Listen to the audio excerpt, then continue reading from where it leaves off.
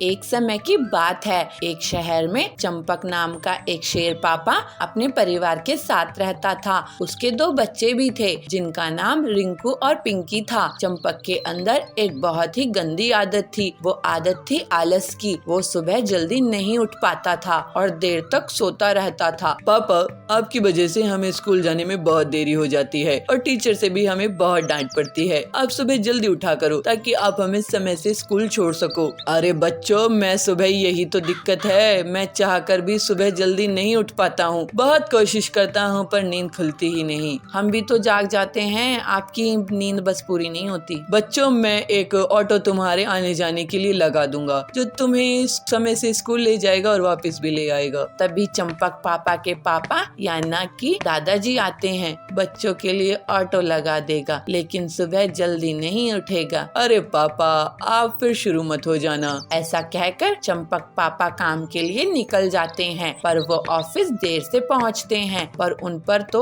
इस बात का कोई फर्क ही नहीं पड़ता था। ये उनके लिए कोई नई बात नहीं थी। वो तो हमेशा ही लेट आते थे और बॉस की डांट सुनते थे। बॉस: चंपक, टाइम देखो, आज तुम पूरे 2 घंटे लेट हो। तुम्हारी वजह से क्लाइंट भी चला गया। सॉरी सर, पर मेरी पत्नी की तबीयत बहुत खराब है, इसलिए घर की सारी जिम्मेदारी मेरी कंधों पर आ गई है। मुझे ही बच्चों को तैयार करना है, खाना बनाना है और स्कूल छोड़कर आना पड़ता है। बस इसी में लेट हो जाता हूँ। बॉस को चंपक पापा की बातें सुनकर तरस आ जाता है और वो उसे आगे कुछ नहीं कहते। लेकिन पापा अपनी आदत से अभी भी बाज नहीं आते और हमेशा की तरह ऑफिस लेट पहुँचते हैं और हर दिन एक नया बहाना बनाते हैं। एक दिन तो बॉस को बहुत गुस्सा आ गया और उन्होंने चंपक से कहा, आज से तुम 1 घंटे बाद घर जाओगे। सबके जाने के बाद तुम्हें 1 घंटा रुककर ऑफिस में काम करना है, समझे? ठीक है सर। चंपक को 1 घंटे और रुककर काम करने से कोई फर्क नहीं पड़ा, बल्कि वो तो इस बात से बहुत खुश था। तभी चंपक के पास उनके एक कलीग आए जिनका नाम चुन्नू बंदर था। अरे चंपक भाई, मुझे तो आपकी बहुत फिक्र हो रही है। आप ध्यान से काम करना क्योंकि रात को यहाँ भूत आते हैं। एक बार मैं ऑफिस में रुका था, तब एक भूत ने मुझे पकड़ लिया था। तो भगवान का लाख लाख शुक्र है कि मैं बच गया, पर उसके बाद से आज का दिन है मैं कभी ऑफिस में रात को नहीं रुका। ऐसा कहकर चुन्नू बंदर वहाँ से चला जाता है। अरे ये सब तो कहने की बातें हैं, असल में कोई भूत वूत नहीं होता। मैं तो 1 घंटा सो जाऊंगा और फिर घर जाऊंगा। काम कौन करने आया है यहाँ? 5 बज जाते हैं और सभी लोग ऑफिस से चले जाते हैं। चंपक अपने कैबिन में ही बैठा रहता है और सबके जाने के बाद सो जाता है और खर्राटे लेने लगता है। लेकिन तभी उसकी नींद अचानक से खुलती है और वो देखता है कि दरवाजे से उसके कैबिन के अंदर एक फाइल चलती हुई आ रही है। उसे देख वो डर जाता है। अरे ये फाइल अपने आप कैसे चल रही है? कहीं वो चुन्नू बंदर सही तो नहीं कह रहा था? हे भगवान, मेरी रक्षा करना। हे भूत महाराज, मुझे माफ कर दो। मैं आगे से यहाँ कभी नहीं रुकूंगा। प्लीज मुझे इस बार माफ कर दो। फाइल अभी भी चले जा रही थी। चंपक का दिल जोर जोर से धड़कने लगता है और वो ऑफिस से निकलकर बाहर आ जाता है और तेजी से भागने लगता है। गार्ड उसे देखता है तो चंपक उससे कहता है, भाग जाओ, ऑफिस के अंदर भूत है। कौन सा भूत? मैं भी तो देखूं जरा। गार्ड ऑफिस के अंदर जाता है तो वो देखता है कि फाइल अपने आप चले जा रही थी। गार्ड फाइल को उठाकर देखता है तो पाता है कि फाइल के नीचे तो एक छोटा चूहा था जो इधर उधर भाग रहा था। लेकिन उस दिन के बाद से चंपक सुधर जाता है और आलस छोड़कर ऑफिस समय पर जाता है। एक नगर में रिंकू खरगोश और भल्लू भालू रहते थे। दोनों में बहुत अच्छी दोस्ती थी। रिंकू को जंगल में जाने का काम पड़ता था। वहाँ पर एक चालाक और बदमाश पिग्गी रहता था। वो खरगोशों को लेकर शेरा को बेच देता था। पिग्गी जंगल में मिलने वाले खरगोशों को रास्ता भटका देता था और फिर उन्हें पकड़ लेता था। ऐसे ही एक दिन भल्लू और रिंकू जंगल में गए। भल्लू एक पेड़ के नीचे बैठ गया और रिंकू आगे चला गया। पिग्गी उसको छुपकर देखता है। वाह, ये तो बहुत ही अच्छा शिकार है। और पिग्गी रिंकू के पास जाता है। अरे खरगोश भाई, कहाँ घूम रहे हो? मैं तो किसी काम से आया हूँ। आप कौन है? मुझे लगता है आप रास्ता भटक गए हैं। मैं यहाँ पर सबकी मदद करता हूँ, खासकर खरगोशों की। लेकिन मुझे मदद की जरूरत नहीं है। ये सुनकर पिग्गी को गुस्सा आता है, लेकिन वो हंसने का दिखावा करता है। सोच लो खरगोश, कहीं लेने के देने पड़ जाएं। लेकिन भल्लू वहाँ आ जाता है। उसे देखकर पिग्गी चुप हो जाता है। क्या हुआ, आप परेशान कर रहे हैं मेरे दोस्त को? नहीं नहीं जी, मैं पास में ही हूँ, अगर मदद लगे तो बुलाना। दोनों दोस्त वापस नगर आ जाते हैं, लेकिन भल्लू को पिग्गी की बात खटक रही थी। रिंकू, वो पिग्गी बदमाश है, तुम्हें उसे जान का खतरा हो सकता है। मुझे भी गलत आदमी लग रहा था, लेकिन मुझे तो जंगल जाना ही पड़ता है। इस बार तो तुम थे, अगली बार क्या होगा? मेरे पास एक आइडिया है। भल्लू रिंकू को एक अलार्म घंटी देता है। रिंकू उस अलार्म घंटी को अपने गले में पहन लेता है और थोड़े दिनों बाद वो फिर से जंगल जाता है और थोड़ी ही दूर में उसे पिग्गी मिलता है। आज मैं तुम्हें नहीं छोड़ूंगा। आज तो तुम्हारा बड़ा भालू दोस्त भी नहीं है जो तुम्हें बचा पाए। किसने कहा कि मेरा दोस्त मेरे पास नहीं है? पिग्गी रिंकू को पकड़ने के लिए आगे बढ़ता है। रिंकू अलार्म घंटी का बटन दबा देता है। भल्लू के पास अलार्म घंटी की तेज आवाज पहुंचती है। फिर भल्लू तुरंत ही रिंकू के पास पहुंच जाता है। पिग्गी भल्लू को देखकर डर जाता है और भल्लू गुस्से में पिग्गी की पिटाई कर देता है। भल्लू और रिंकू की सूझबूझ से अब पिग्गी पकड़ा जाता है और जंगल के रास्ते जाने वाली सभी जानवर सुरक्षित महसूस करते हैं। इस तरह से भल्लू और रिंकू की बड़ी मुसीबत में भी बड़ी समझदारी काम आई। जामपुर गांव के जंगल में पीलू और सुंदरी दो पड़ोसन रहती थी। दोनों बहुत अच्छी सहेलियां थी। पीलू एक सीधी साधी साफ मन की गरीब थी, तो सुंदरी एक चालाक और लालची थी। दोनों के खेत बगल बगल में थे। एक दिन पीलू का पति बंटी काम से लौट रहा था, तभी उसका एक मोटर कार से एक्सीडेंट हो गया और उसके हाथ पांव टूट गए। पीलू पर घर संभलने का बोझ आ गया था। पीलू अपने पति से कहती है, सुनिए जी, मैं अपने खेत में और ज्यादा मेहनत करूंगी और जो भी कमाई होगी उससे मैं आपका इलाज कराऊंगी। तो बंटी कहता है, पीलू, मैं तुम पर बोझ नहीं बनना चाहता। भगवान करे मैं जल्दी से ठीक हो जाऊं। एक बार दोनों सहेलियों ने मक्के की खेती की। पीलू को सुंदरी से ज्यादा फसल आई। सुंदरी इस बात से मन ही मन जलने लगी। पीलू को मक्के की बहुत अच्छी फसल हुई है, मुझे इसकी फसल को नष्ट करने का कोई रास्ता निकालना होगा, ऐसे सुंदरी सोचती है। फिर एक दिन सुंदरी पीलू के पास जाती है और उसे कहती है, पीलू, मैं तेरे लिए ये साधु महात्मा से वरदान में बीज लेके आई हूँ। ये बीज अगर तू अपने खेत में बो देगी तो तुझे 10 गुना ज्यादा फायदे वाली फसल होगी। पीलू कहती है, अरे वाह सुंदरी बहन, तुम कितने साफ दिल की हो। तुम्हें जो साधु महात्मा से जादुई बीज मिले थे वो तुम मुझे दे रही हो। तो सुंदरी बोलती है, हाँ बहन, क्या है ना, तुम बहुत ईमानदारी से अपनी खेत का ख्याल रखती हो और तुम्हें भाई साहब की सेहत का ख्याल भी रखना है, तो इसलिए ये बीज मैं तुम्हें दे रही हूँ। कुछ दिनों बाद पीलू अपने खेत में सुंदरी के दिए हुए बीज बोने लगती है और सुंदरी ये देख के बहुत खुश होती है। पीलू रोज अपने खेत में पानी देती है, लेकिन बहुत दिन बीतने के बाद भी उसके खेत में फसल नहीं उगती। पीलू सुंदरी से कहती है, अरे सुंदरी बहन, तुमने जो साधु महात्मा के बीज मुझे दिए थे उसमें से तो फसल उग ही नहीं रही है, लेकिन तुम्हारी खेत की फसल तो बहुत तेजी से बढ़ रही है। तो सुंदरी कहती है, तुम फिक्र मत करो पीलू, ये बीज बेकार नहीं जाएंगे। ऐसे ही कुछ दिन और बीत जाते हैं, लेकिन पीलू के खेत में कोई फसल नहीं आती है। हाय, मैं तो लुट गई, बर्बाद हो गई। मुझ गरीब के खेत में इस बार कोई फसल नहीं होगी। अब मैं इनका इलाज कैसे करवाऊंगी, घर का खर्च कैसे चलाऊंगी? लगता है ये खेत अब बेचना पड़ेगा। तो बंटी कहता है, पीलू, इतनी दुखी मत हो, हम अपना खेत नहीं बेचेंगे, चाहे जो हो जाए। तुम मुझे वो बीज दिखाओ, मैं शायद कुछ मदद कर सकूं। पीलू बीज दिखाती है। ये देखिए जी, ये है वो बीज। तो बंटी बोलता है, अरे ये बीज नहीं है पीलू, ये मछली के अंडे हैं। सुंदरी ने हमारे साथ चालाकी की है।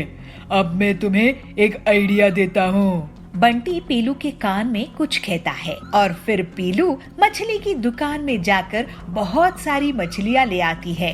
पीलू उन मछलियों को अपने खेत में लगा देती है और पीलू सुंदरी को बुलाती है। सुंदरी बहन, ओ सुंदरी बहन, जरा घर से बाहर तो आओ। सुंदरी आती है। क्या हुआ पीलू, क्यों आवाज लगा रही हो? अरे जरा मेरे साथ मेरे खेत में चलो, चल कर तो देखो। दोनों खेत में जाती है। सुंदरी आश्चर्य से बोलती है, अरे ये क्या पीलू, ये मछलियाँ कहाँ से उगी है? ये मछलियाँ कहाँ से आई तुम्हारी खेत में? तो पीलू कहती है, ये तो तुम्हारे दिए हुए साधु महात्मा का बीज का कमाल है। ये सुनकर सुंदरी बहुत गुस्से में आ जाती है और वो अपने खेत की फसल को उखाड़ने लगती है और उसे पीलू के खेत की तरफ फेंकने लगती है। तो पीलू कहती है, अरे सुंदरी बहन, ये क्या कर रही हो? अपनी खेत को क्यों बर्बाद कर रही हो? तो सुंदरी कहती है, पीलू मैं भी मछलियों की खेती करूंगी, तुम इस मक्के की फसल को भी अपने खेत की बची हुई जगह में लगा लो। सुंदरी के मछलियों के बीज को बोने के बाद भी उसके खेत में मछलियों की फसल नहीं उगती है।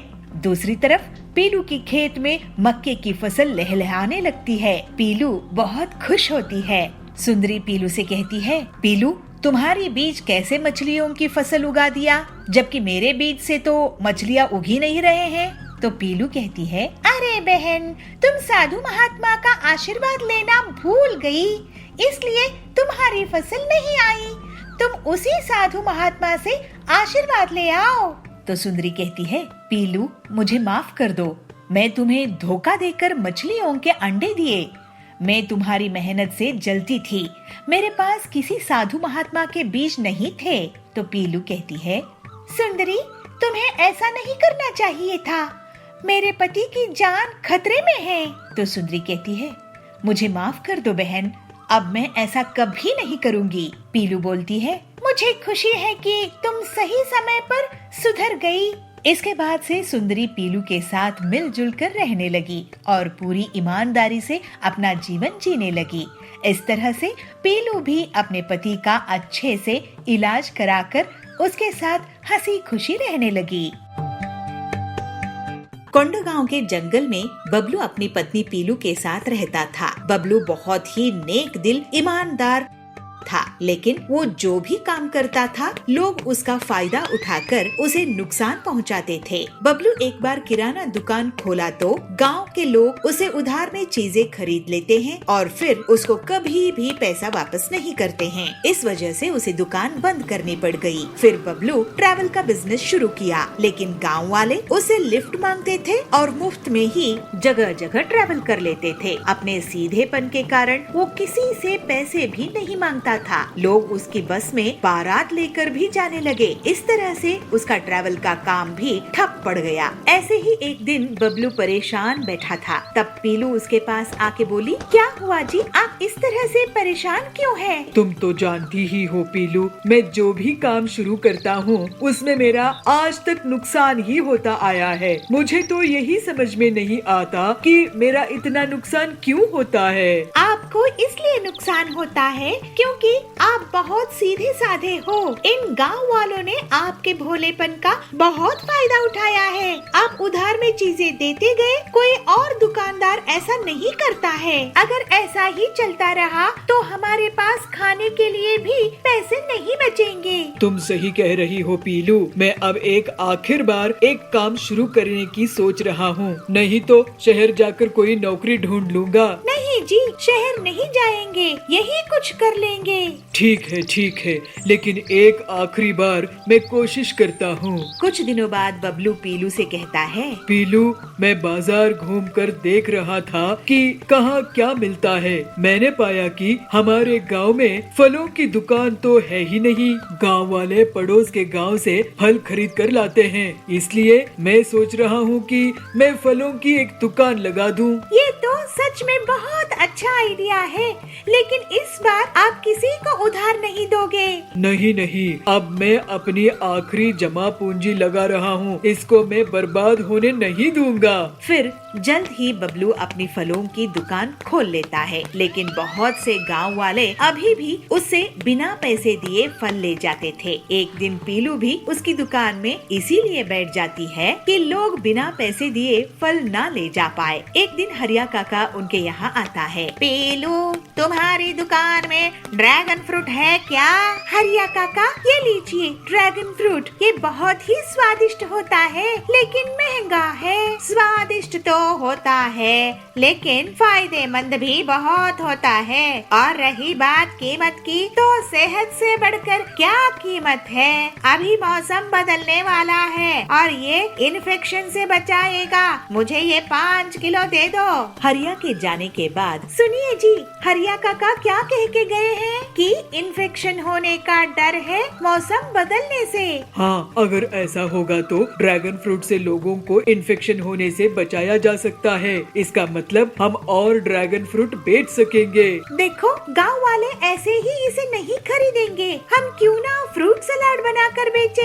कुछ ही दिनों में लोगों को इन्फेक्शन होना शुरू हो जाता है और हरिया काका सबको ड्रैगन फ्रूट खाने की सलाह देता है। इस तरह से बबलू और पीलू की दुकान में लोग इकट्ठा होने लगते हैं। सुनिए, मैं आप लोगों को अब से मुफ्त में या उधार में कुछ नहीं दूंगा। आपको अपनी सेहत का ख्याल रखना है तो पैसे देकर फ्रूट सलाद लो। बबलू की बात सुनकर लोग सोच में पड़ जाते हैं, लेकिन फिर इन्फेक्शन से बचने के लिए वो बढ़ चढ़कर पैसे देते हैं। इस तरह से लोगों की सेहत भी सुधारने लगती है और लोग अब सबक ले लिए कि कोई भी अच्छी चीज मुफ्त में नहीं आती। फिर कुछ ही दिनों में बबलू और पीलू बहुत अमीर हो गए और बबलू ने सुपर स्टोर शुरू किया। अब से गांव वाले उससे पैसे देकर ही सामान लेते थे। इस तरह सभी खुशी खुशी रहने लगे।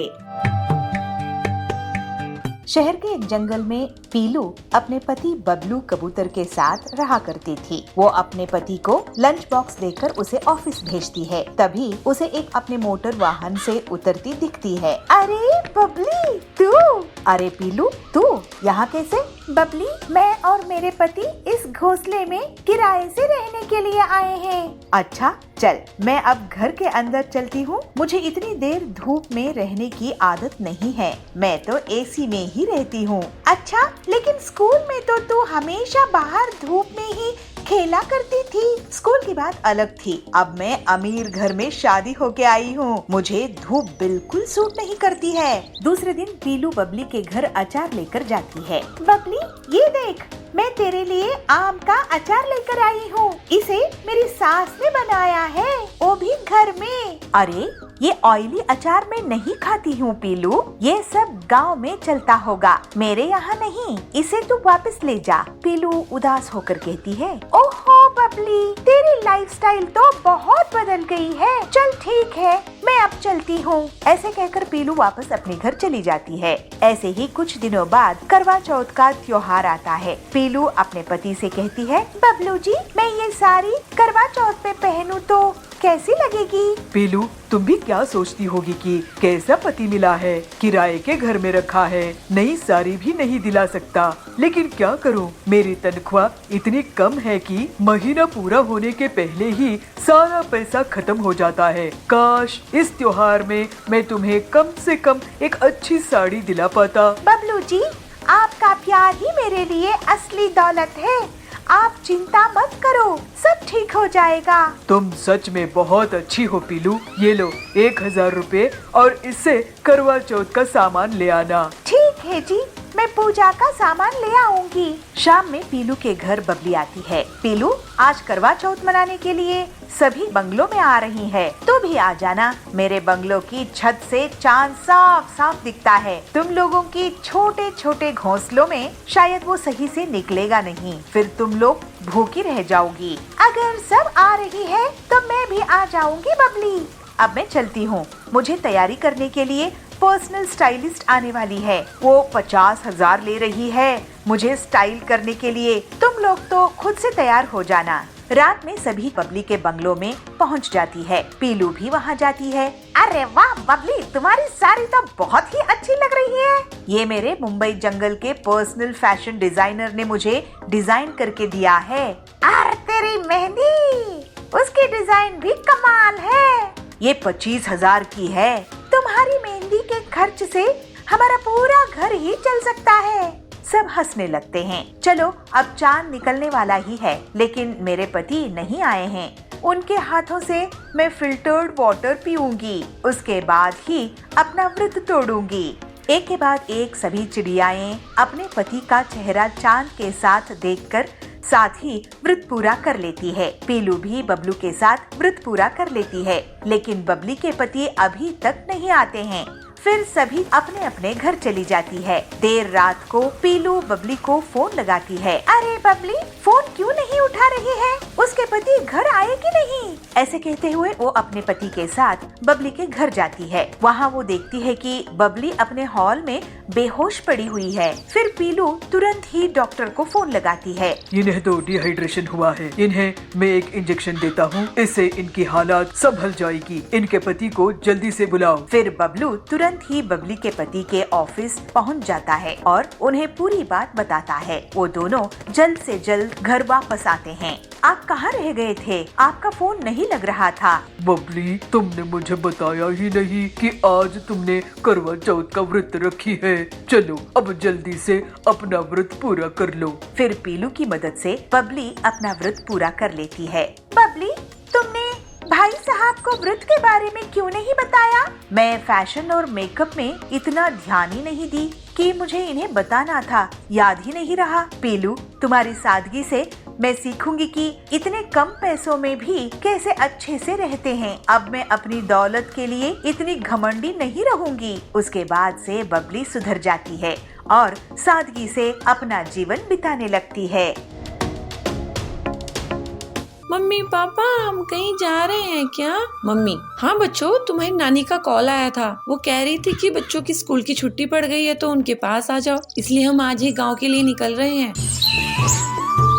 सर्दियों का मौसम चल रहा था। पीहू हिरन और चुनू बालू की स्कूल की भी छुट्टियां पड़ गई थी। वो दोनों दिन भर खेलते ही रहते थे। उनके साथ उनकी सोसाइटी के बच्चे भी खेलते रहते थे। एक दिन जब वो बाहर से खेलकर घर में आए तो उन्होंने देखा कि उनके मम्मी पापा कपड़ों को बैग में पैक कर रहे हैं। तो इस पर दोनों को उत्सुकता हुई, इसलिए दोनों ने एक साथ पूछा, मम्मी पापा, हम कहीं जा रहे हैं क्या? मम्मी, हाँ बच्चों, तुम्हारी नानी का कॉल आया था। वो कह रही थी कि बच्चों की स्कूल की छुट्टी पड़ गई है तो उनके पास आ जाओ, इसलिए हम आज ही गाँव के लिए निकल रहे हैं। ये सुनते ही दोनों खुशी से झूम उठे। ये हम नानी के पास जाएंगे, बहुत मजा आएगा।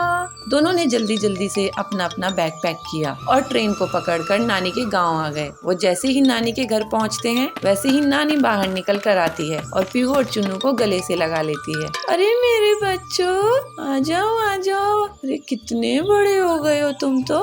आ जाओ, चलो अंदर चलो, तुम्हारे मौसा मौसी मामा मामी इंतजार कर रहे हैं। चलो चलो। वो जैसे ही घर के अंदर आते हैं वैसे ही पीहू और चुन्नू के मामा मामी और मौसा मौसी उनकी खातिरदारी में लग जाते हैं। अरे मेरे बच्चों, कैसे हो तुम? पिछली बार आए थे तो कितने छोटे थे, अब देखो कितने बड़े हो गए हो। देख पीहू, तेरी मौसी तेरे लिए क्या लाई है। ये तो मेरी फेवरेट चॉकलेट है। थैंक यू मौसी। पीहू और चुन्नू को भी बहुत अच्छा लग रहा था। उन्होंने सबको नमस्ते की। कुछ देर बाद वो अपने खेत पर पहुंचते हैं जहां खन्ने की फसल लगी हुई थी। मामा जी, मुझे गन्ना खाना है, एक गन्ना दो ना। अरे क्यों नहीं मेरी लाडो रानी, रुको मैं अभी तोड़ कर देता हूँ। मामा 2 गन्ने तोड़कर पीहू और चुन्नू को देते हैं। दोनों बड़े ही मजे से गन्ने का लुत्फ उठाते हैं। उसके बाद वो सरसों का खेत भी देखते हैं। मौसी जी, ये सरसों के फूल तो बहुत सुंदर है, मैं एक फोटो खिंचा लूं? क्यों नहीं, जरूर आओ, मैं तुम्हारी फोटो खींच देती हूँ। मौसी दोनों की फोटो खींचती है। तभी वो देखते हैं कि पास ही के खेत में कुछ गायें और भैंसे घास चर रही हैं। ये नजारा उन्हें और लुभाता है और वो आगे बढ़कर उन्हें चारा देते हैं। खेत को घूमने के बाद वो दोनों घर आ जाते हैं। रात भी हो जाती है, ठंड अब और बढ़ने लगती है। नाना जी, यहाँ पर बहुत ठंड है, मुंबई में तो इतनी ठंड नहीं पड़ती, कुछ करो ना। क्योंकि बच्चों, वहाँ पर खेत खलियान और पेड़ पौधे इतने नहीं हैं जितने यहाँ हैं, इसलिए यहाँ ठंड भी ज्यादा पड़ती है। पर तुम चिंता मत करो, मैं अभी आग जला देता हूँ। नाना जी लकड़ियों को इकट्ठा कर उन्हें जला देते हैं। तभी लाइट भी चली जाती है। ओ, अब लाइट भी चली गई नानी जी, पूरे घर में तो अंधेरा छा गया है, अब क्या करेंगे? मैं अभी लालटेन जला देती हूँ। नानी लालटेन जलाकर ले आती है। उसके बाद पीहू और चुन्नू का सोने का समय आ जाता है, पर वो अपने मम्मी पापा के पास ना सोकर नाना नानी के पास सोते हैं। नानी जी कहानी सुनाओ ना, मुझे ना आपकी कहानी सुननी है। वो जो हम पिछली बार आए थे तब आपने एक कहानी सुनाई थी ना, वो मुझे बहुत अच्छी लगी थी। प्लीज वही वाली कहानी सुनाओ ना। कौन सी वाली बेटी? मुझे याद नहीं है, तुम बताओ तो मैं सुना दूं। वही नानी, वही वो कौवे वाली, वो प्यासे कौवे वाली जो आपने सुनाई थी। ओहो, वो वाली कहानी सुननी है तुम्हें? अजी तुम ही सुना दो ना इन्हें। अरे तुम ही सुना दो भाग्यवान। नानी कहानी सुनाना शुरू करती है। दोनों नाना नानी के बीच लेटे हुए थे और कहानी का लुत्फ उठा रहे थे। कहानी सुनते सुनते दोनों गहरी नींद में चले जाते हैं और सो जाते हैं।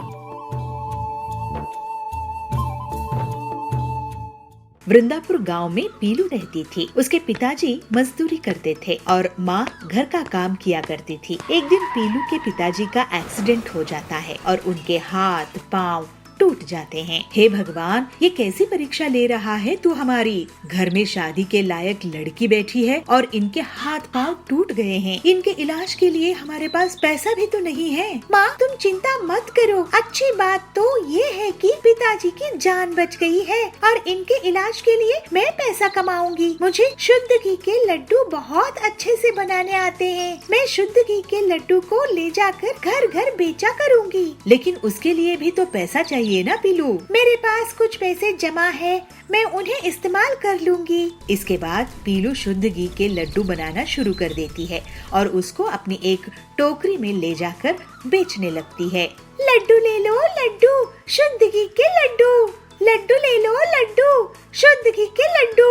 ऐसे लड्डू कभी भी नहीं खाए होंगे। सुंदरी उसके पास जाती है। वाह पीलू, इन लड्डू में से तो बहुत अच्छी खुशबू आ रही है। एक लड्डू खिला मुझे, अगर अच्छे हुए तो 1 किलो ले लूंगी। पीलू का लड्डू खाकर सुंदरी बहुत खुश हो जाती है। बहुत ही स्वादिष्ट लड्डू है, ये शुद्ध घी के ही है ना? 1 किलो मुझे दो और मैं तो अब इसे पूरे मोहल्ले में बताऊंगी कि पीलू कितने अच्छे लड्डू बना रही है। थैंक यू सुंदरी दीदी। ऐसे ही पीलू दिन रात मेहनत करती है और शुद्ध घी के लड्डू बनाती है। उसके पास ग्राहकों की भीड़ लग जाती है। माँ पापा, लड्डू अच्छे से बिक रहे हैं। कुछ ही दिनों में इतने पैसे आ जाएंगे कि पापा का इलाज अच्छे हॉस्पिटल में करवा सकेंगे। वाह बेटा, मुझे तुझ पर गर्व है। ये देखकर कालू कौवा बहुत जलने लगता है क्योंकि उसके महंगी मिठाई की दुकान में अब कोई नहीं जा रहा था। इस पीलू के लड्डू को खराब करना ही होगा। मैं मिलावटी मिठाइयाँ बेच बेच कर इतनी बड़ी दुकान बनाया हूँ। इस कल की पिद्दी के कारण इसको बंद तो नहीं कर सकता हूँ ना। इसको मजा चखा कर रहूँगा। अगले दिन पीलू कालू की दुकान से सामने से गुजर रही थी। तभी वहाँ पर जाबाज आ जाता है। पीलू, हमने तुम्हारे शुद्ध घी की लड्डू की बहुत तारीफ सुनी है। 2 दिन बाद मेरी बेटी की सगाई है, मुझे 500 लड्डू चाहिए। जाबाज जी, ये तो बहुत खुशी की बात है। मैं आपको 500 लड्डू बनाकर दे दूंगी। लेकिन एक बात सुन लो पीलू, अगर तुम ऑर्डर नहीं पूरा कर पाई तो तुम्हारी खैर नहीं। इस पीलू के लड्डुओं को खराब करना ही होगा। जाबाज जी, आप मुझसे लड्डू लिए करते थे, अब क्यों नहीं ले रहे हैं?